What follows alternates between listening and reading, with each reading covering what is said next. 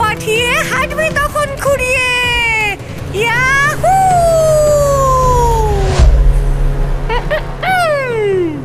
কাটাকুটি খেলি আমি, নিয়ে কেটিএম বাইক। ইউটিউবে ফলো করো, দাও একটা লাইক। ওই যে বাম্পার আসছে, এইবারই তো হবে আসল মজা। আরে আরে কোন হতচ্ছাড়া রে এটা?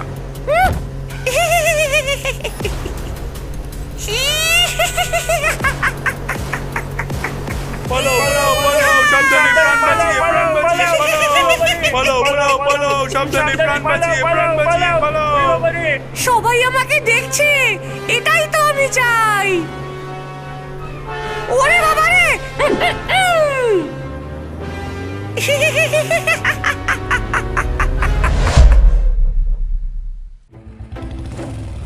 ভাই, এটাই তো জীবন। আরে খোকারা, এত আস্তে আস্তে গাড়ি চালালে হবে?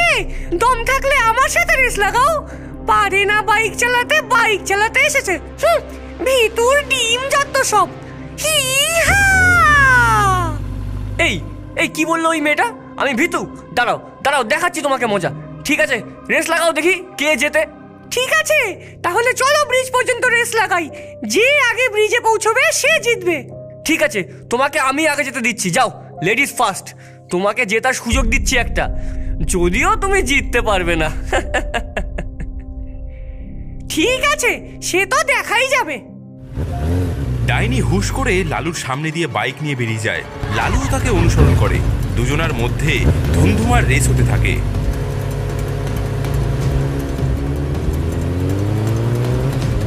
লালু, তুই এত জোরে বাইক চালাচ্ছিস কেন? ওই মেয়েটার সঙ্গে রেস করছি, ও আমাকে চ্যালেঞ্জ করেছে। ও পাগল আছে, ও তোকে মারতে চায়। এসব কি আজে বাজে বকছিস? আমরা রেস করছি। তুই কি জানিস না কেটিএম বাইকে একটি ডাইনি আছে যে রাতে ছেলেদেরকে হত্যা করে? সে তার সৌন্দর্য দিয়ে তাদের প্রলুব্ধ করে এবং তাদের সঙ্গে রেস করে তাদেরকে অ্যাক্সিডেন্ট করে মেরে ফেলে। কি উল্টোপাল্টা হাস্যকর কথা বলিস? এটি একটি গল্প মাত্র, ডাইনি বলে কিচ্ছু নেই। লালু বাইকে আরো স্পিড বাড়িয়ে ডাইনিকে ফলো করতে থাকে। কি গো খোকা, তুমি কি জিততে চাও না? কি? আমাকে খোকা বলে? হ্যাঁ গো খোকা, এইসব রেস করা বড়দের ব্যাপার, তোমাদের মতো বাচ্চাদের জন্য এটা নয়। তবে রে বেটা, যতই চেষ্টা করো আমাকে ওভারটেক তুমি করতেই পারবে না।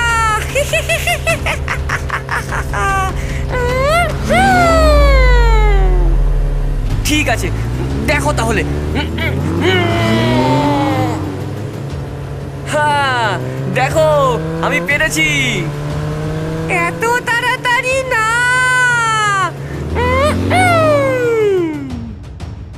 ডাইনি তার বাইকের স্পিড বাড়িয়ে লালুর বাইকের পেছনে জোরে ধাক্কা মারে এবং লালু বাইকের ব্যালেন্স বিগড়ে ব্রিজ থেকে পড়ে যায়।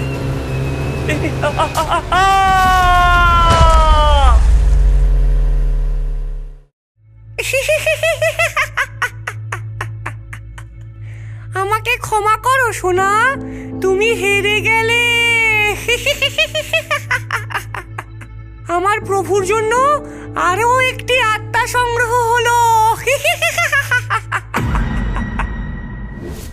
আরে ছুটকি, দেখ দেখ আমার নতুন বাইক, দেখ একটু আওয়াজটা শোন। কেমন? আমিও এমন কেটিএম বাইক চাই, কিন্তু আমি কি করে কিনবো? আমার কাছে যে টাকা নেই। 1 টাকাও নেই আমার কাছে। ছুটকি হাতে মশাল নিয়ে জঙ্গলের দিকে এগিয়ে যায়। যেভাবেই হোক কেটিএম বাইক আমার চাই চাই। সে একটা বড় মন্দিরের মধ্যে প্রবেশ করে। মন্দিরটি পুরাতন এবং জরাজীর্ণ। ভেতরে একটি দেবীর মূর্তি। ছুটকি মূর্তির সামনে হাঁটু গেড়ে বসে। সে একটি ছুরি বের করে তার হাতের তালু কাটে। সে মূর্তির পায়ে রক্ত ঝরতে দেয়। হে মহান দেবী, আমি আপনার কাছে একটা অনুরোধ নিয়ে এসেছি। আমি সবসময় একটা কেটিএম বাইকের মালিক হওয়ার স্বপ্ন দেখেছি, কিন্তু আমি দরিদ্র। এবং এর জন্য সামর্থ্য আমার একদমই নেই। দয়া করে আমাকে একটি কেটিএম বাইক দিন। এর জন্য আপনি যা বলবেন আমি তাই করব। মূর্তির চোখ আরো উজ্জ্বল হয়ে ওঠে। একটি গম্ভীর এবং ভয়ঙ্কর কণ্ঠ মন্দিরে প্রতিধ্বনিত হয়। আমি যা বলবো তাই করবি? হ্যাঁ। খুব ভালো, আমি তোকে একটি কেটিএম বাইক দেব, কিন্তু বিনিময়ে তোকে তোর আত্মা দিতে হবে এবং প্রতি রাতে তোকে একটি মানুষের আত্মা আমাকে এনে দিতে হবে। তুই তোর এই বাইকের ব্যবহার করে মানুষদেরকে হত্যা করে তাদের আত্মাকে আমার কাছে নিয়ে আসবি। বল, এতে কি তুই রাজি? আমি রাজি। ঠিক আছে, বাইরে গিয়ে দেখ, তোর জন্য কেটিএম বাইক অপেক্ষা করছে। আর মনে রাখিস, তোর আত্মা এখন থেকে আমার। যদি একদিনও তুই আত্মা আনতে ব্যর্থ হয়েছিস, তাহলে মৃত্যুর চেয়েও খারাপ পরিণতি তোকে ভোগ করতে হবে। আমি রাজি। দেবী মন্ত্র বলে ছুটকিকে এক ডাইনিতে পরিবর্তিত করে ফেলে। সে মন্দির থেকে বেরিয়ে আসে। ডাইনিরূপী ছুটকি মন্দিরের বাইরে পার্ক করা একটি চকচকে নতুন কেটিএম বাইক দেখতে পায়। সে দৌড়ে এসে বাইকটি জড়িয়ে ধরে। এত সুন্দর একটা নতুন বাইক! ধন্যবাদ, ধন্যবাদ প্রভু।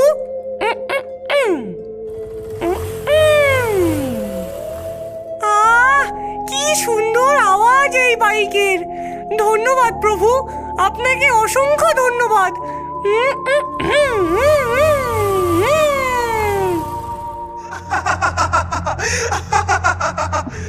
তোমার যাত্রা উপভোগ করো।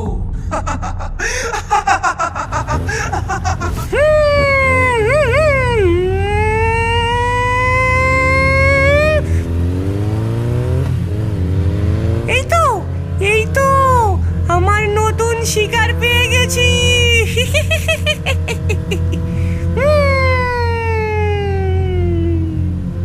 আরে এত আস্তে বাইক চালালে হবে নাকি? স্পিড বাড়াও, দেখা যাক কে সেরা। চলে যাও মেয়ে, তোমার সাথে খেলার জন্য আমার সময় নেই।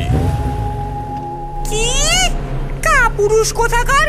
এসো আমার সাথে রেস করো। আমি বাজি ধরেছি, তুমি আমাকে হারাতে পারবে না। ঠিক আছে, তুমি যদি হারতেই চাও তো চলো, কিন্তু হেরে গেলে কেঁদো না। সে তো দেখাই যাবে কে হারবে আর কে জিতবে। মানুষটি ডাইনিকে ফলো করতে থাকে। এদিকে ডাইনি খুব স্পিডে এগিয়ে যেতে থাকে। মানুষটি লক্ষ্য করে এটা আদেও কোনো মেয়ে নয়, এটা একটা ডাইনি এবং তার বাইকের থেকে লাল আভা বেরোচ্ছে। এদিকে ডাইনি সেই লোকটিকে ধাক্কা মারার চেষ্টা করে, কিন্তু লোকটি খুব পাকা ড্রাইভার হওয়ায় সে এই সব কিছুই এড়িয়ে যায়। লোকটি বুঝতে পারে যে ডাইনি তাকে ফাঁদে ফেলার চেষ্টা করছে। ঠিক আছে, মানলাম যে তুমি আমার থেকে অনেক দ্রুত গতিতে বাইক রাইড করতে পারো, কিন্তু তুমি কি এই বক্ররেখাগুলো এড়িয়ে যেতে পারো? অবশ্যই পারি, দেখো আমি কেমন ভাবে বাইক চালাই। ডাইনি তার বাইকটিকে এপাশ ওপাশ করে ঠিক বক্ররেখাগুলো এড়িয়ে যেতে থাকে এবং সেই সঙ্গেই সেই লোকটিকে ধাক্কা মারারও চেষ্টা চালিয়ে যেতে থাকে।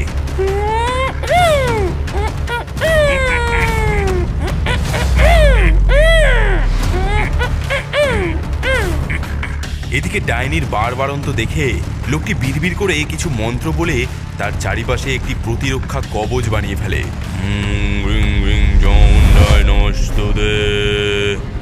রাত হলেই ভূতেরা যখন করে আনা গোনা, আসি আমি ভূত তাড়াতে, নাম আমার মোনা। হলুদ পোড়া মন্ত্র আর শক্তি অবিচল, এঁকে দিলাম এই চক্র, এবার ভূতের ভালো হবে না ফল। দূরে থাক প্রেতাত্মা এই চক্রের থেকে, আমার সামনে আসলে পরে নেব আমি দেখে।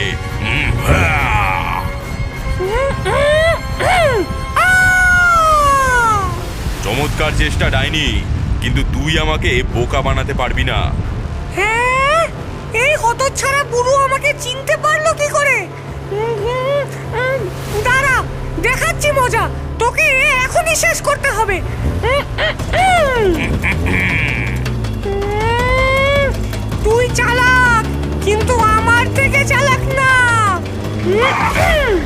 ডাইনি তার বাইকে জোরে ব্রেক কষে যাতে লোকটি তার বাইকে এসে ধাক্কা মারে, কিন্তু লোকটিও চালাক, সেও তার বাইকে জোরে ব্রেক কষে দাঁড়িয়ে পড়ে। ডাইনি, তুই শয়তান হতে পারিস, কিন্তু আমার মাথায় তোর চেয়েও বেশি শয়তানি বুদ্ধি আছে, বুঝলি? রাম কাটে সুপারি, লক্ষণ কাটে পান, হাতে ধরি এই ছুরি, যা ডাইনিকে মার বান।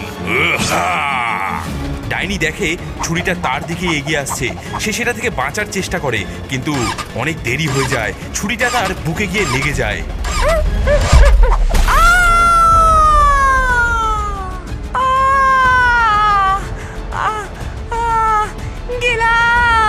গেলাম গো।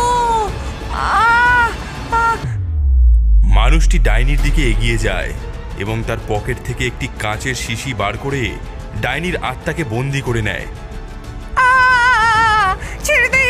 ছেড়ে দে আমাকে, ওরে হতচ্ছাড়া নষ্টার, ছেড়ে দে আমাকে, ওরে বাবা গো।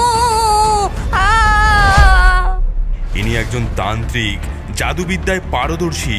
ইনি অনেকদিন ধরেই এই ডাইনিকে খুঁজছিলেন, অবশেষে তাকে খুঁজে পেয়ে তাকে বন্দি করলেন। ডাইনি, এবার থেকে তোর সন্ত্রাসের রাজত্ব শেষ।